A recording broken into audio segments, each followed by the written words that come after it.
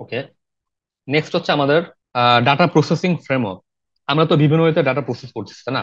তো আমাদের তো একটা ফ্রেমওয়ার্ক থাকা দরকার যে আমরা যে ডাটা প্রসেস করি, তো কি কি ফ্রেমওয়ার্ক আমাদের অ্যাভেলেবল আছে। আগের স্লাইড গুলোতে আমরা আসলে বলতেছিলাম যে আসলে দুই ধরনের প্রসেসিং হয় ডাটা প্রসেসিং, একটা হচ্ছে ব্যাচ প্রসেসিং, একটা রিয়েল টাইম প্রসেসিং। দেখেন, এমন সময় আমাদের এমন সিনারিও অনেক সময় আসে যে বিভিন্ন ডাটা সোর্স থেকে ডাটাগুলা আপনার রিয়েল টাইম আসে না, সব সময় আসে না। এটা দেখা যাচ্ছে আপনারা দিনে একবার করে আসে এবং একটা সার্টেন টাইমে আসে, যে আপনার সকাল 7টা বা সকাল 10টা, তারপরে দিন আবার সকাল সেম টাইমেই সকাল 10টা বা 8টার সময় আসতেছে। তো এরকম বিভিন্ন মানে সিমিলার ফ্যাশনে যদি ডাটাটা আসে, আসলে এই ধরনের ডাটাকে প্রসেস করাকে আসলে ব্যাচ প্রসেসিং বলা হয়। এবং এটার জন্য আসলে আমাদের রিয়েল টাইম, মানে রিয়েল টাইম বলতে চাচ্ছে কি, যে ডাটা জেনারেট করলাম আর সাথে আমরা সেটাকে প্রসেস করে ফেললাম। এই ব্যাচ প্রসেসিং এ আসলে এই রিয়েল টাইম প্রসেসিং দরকার হয় না। তো এইখানে হচ্ছে আমাদের ব্যাচ প্রসেসিং এর জন্য অ্যাপাচি হাডুপটা একটা one of example for batch processing এর জন্য। তো হাডুপের আসলে এখানে এর একটা প্রোগ্রামিং মডেল আছে, ম্যাপ রিডিউস বলে একটা প্রোগ্রামিং মডেল আছে। আহ, এই ম্যাপ রিডিউসের থ্রুতে আসলে হচ্ছে ব্যাচ প্রসেসিংটা করা হয়।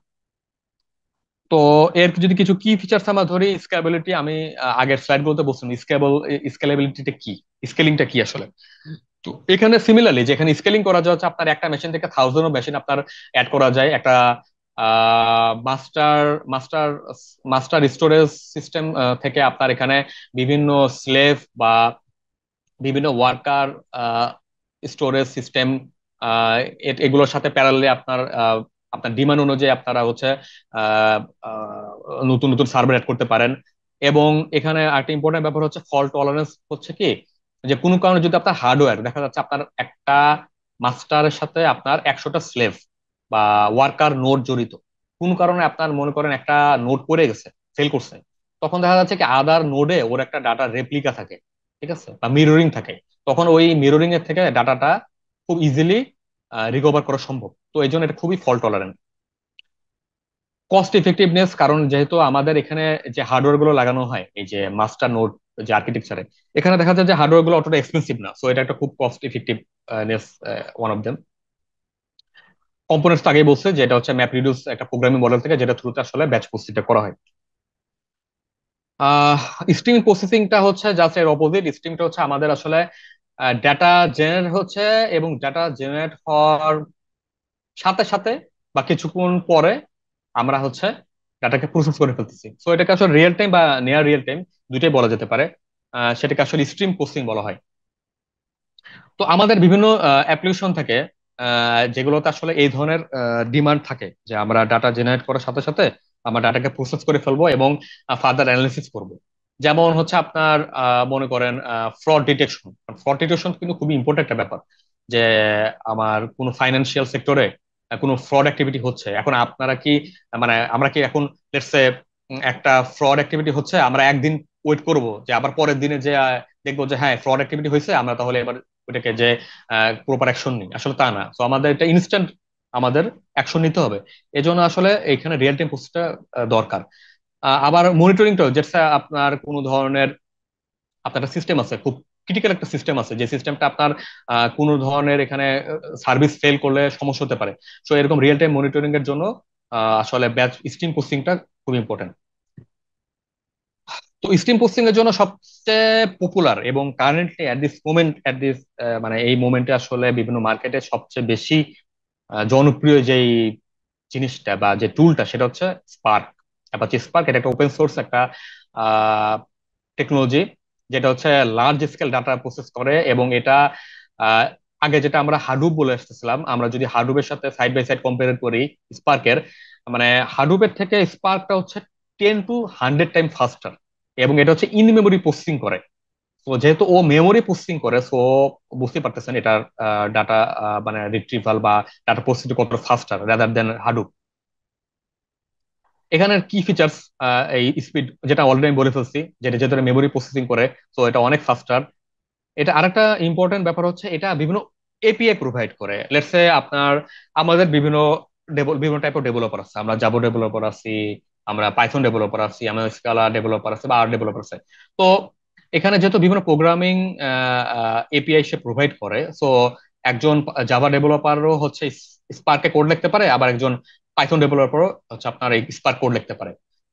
কারেন্টলি দেখা যাচ্ছে পাই স্পার্ক আপনারা হয়তো শুনে থাকবেন, এই জিনিসটা ওয়ান অফ দা পপুলার, খুবই পপুলার একটা একটা টেকনোলজি বা প্রোগ্রামিং, এটা যেটার থ্রুতে আসলে ডাটা প্রসেসিংটা খুব ওয়াইডলি এটা ইউজ করা হয়। কারণ এটা ওয়ান অফ দা রিজন হচ্ছে পাইথনটা তো আসলে কাইন্ড অফ সুইসার্ভের মতো। পাইথন দিয়ে আপনার ডাটা ইঞ্জিনিয়ারিং করা সম্ভব, সফটওয়্যার ডেভেলপমেন্টও করা সম্ভব জ্যাঙ্গো দিয়ে, আবার আপনার এটা দিয়ে ডাটা অ্যানালিসিস করাও সম্ভব, আবার ডাটা মেশিন লার্নিং অ্যালগোরিদম সম্ভব। তো পাইথন দিয়ে আসলে এভরিথিং ইজ পসিবল, সো এই জন্য আসলে পাইথনটাকে আসলে বেশি এটা ইউজ হচ্ছে। স্পার্ক আসলে ব্যাচ স্ট্রিমিং বোথ টাই সাপোর্ট করে, বাট আমরা আসলে এই স্ট্রিমিং প্রসেসিং জন্য দেখা যায় বেশি ইউজ করা হচ্ছে। বিভিন্ন কম্পোনেন্ট আছে যেমন Spark SQL, Spark streaming, MLlib for machine learning and GraphX হচ্ছে গ্রাফ প্রসেসিং এর জন্য এই বিভিন্ন কম্পোনেন্ট গুলো ইউজ করা হয়। আচ্ছা, ডিফারেন্সটা যদি ধরা হয় ব্যাচ প্রসেসিং আর স্ট্রিম প্রসেসিং এর মধ্যে, ব্যাচ প্রসেসিংটা হচ্ছে যেটা আমরা আগে বলছিলাম, যেটা একটা নির্দিষ্ট ইন্টারভ্যালে আসলে ডাটাটা আসে।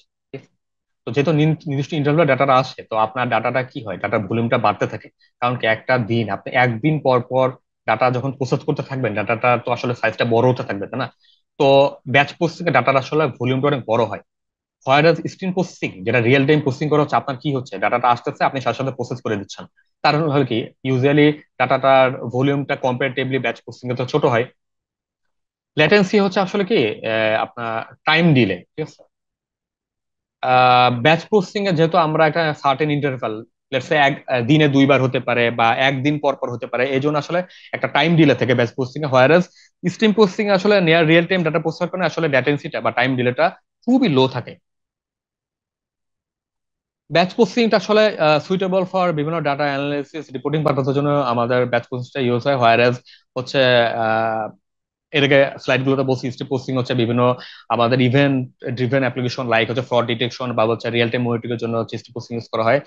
আহ প্রসেসিং টাইমটাও বলছিলাম যে একটা নির্দিষ্ট সার্টেন ইন্টারভ্যালে হচ্ছে ব্যাচটা আসে, ওয়াইরাস স্ট্রিম প্রসেসিং কন্টিনিউয়াস মুডে ডাটা আসতে থাকে। ফল্ট টলারেন্টটা হচ্ছে, এটা একটা ইম্পর্টেন্ট ব্যাপার, যে আপনার মনে করেন কোন কারণে হচ্ছে আহ, একটা ডাটা আসলো, ডাটাটা হচ্ছে আপনার মানে ডাটাটা ফল্ট, মানে ডাটাটা প্রবলেম আছে, প্রবলেমেটিক ডাটা, ঠিক আছে। তো প্রবলেমেটিক ডাটাটা হয় এটা, তাহলে কিভাবে এটাকে ব্যাচে অলরেডি তো প্রসেস হয়ে গেছে, আমি রিকভার করবেন কিভাবে? তো দেখা যাবে সেক্ষেত্রে হচ্ছে আবার রিপ্রসেস করতে হয়, পুরা ব্যাচটাকে ফেলে দিয়ে আবার নতুন করে নতুন যে ব্যাচটা আসছে ওইটাকে আবার রিপ্রসেস করা হয়। হোয়ারাজ স্ট্রিম প্রসেসিং এ এখানে স্টেট ম্যানেজমেন্ট চেক পয়েন্ট বলে একটা অপশন আছে। আপনারা ওএস এ দেখবেন রিস্টোর রিস্টোর পয়েন্ট ক্রিয়েট করা যায়, ঠিক আছে। রিস্টোর পয়েন্ট ক্রিয়েট করা যায় কি, আপনার কোন কারণে দেখলো ওএস যদি ফেল করা হয়, আপনার কি করেন যে ওই রিস্টোর পয়েন্ট থেকে আপনার আপনার ল্যাপ মানে কম্পিউটারটাকে আবার রিস্টোর করে ফেলেন, ঠিক আছে। মানে লাস্ট যে ওর আপনার কম্পিউটার বা ল্যাপটপের যে স্টেটটা, ওই স্টেটটা সেভ করা হয়। সিমিলার স্ট্রিম প্রসেসিং ও ঠিক সেরকম, যে আপনার ও যে লাস্ট স্টেটটা ও কোনো এইচডিএফএস এ বা ডাটাবেসে ও স্টোর করে রাখা হয়, যে ওর লাস্ট স্টেটটা কিরকম। এবং কোনো কারণে যদি ফেল করে সিস্টেমটা, তো ওই যে আহ, আমাদের যে লাস্ট স্টেট অনুযায়ী ডাটা যে আমরা যে এইচডিএফএস এ হাডুপে বা ডাটাবেসে যা সেভ করা হয় ওখান থেকে আসলে রিস্টোর করা পসিবল। তো এক্ষেত্রে স্ট্রিম প্রসেসিংটা খুব ইজিলি আসলে ফল্ট টলারেন্সটা এটার কম্পারেটিভলি ব্যাচ প্রসেসিং ভালো।